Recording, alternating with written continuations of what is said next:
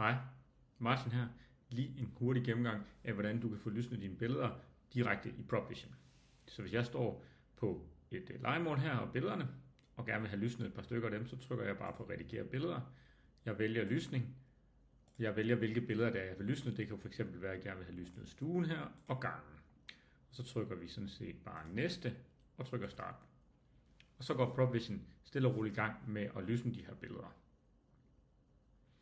Og lynhurtigt kan vi se, at der lige pludselig er dukket en ny version op af de to billeder her. Vi kan prøve at se på den her, og så kan vi se, at der nu er kommet et lysnet billede.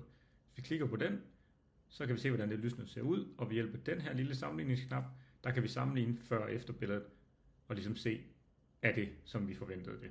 Og her kan vi se, at vi har fået et markant bedre og lysnet billede.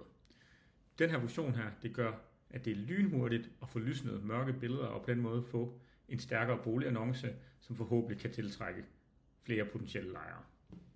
Hvis det er noget, I kunne tænke jer at høre mere om, så ræk endelig ud til os.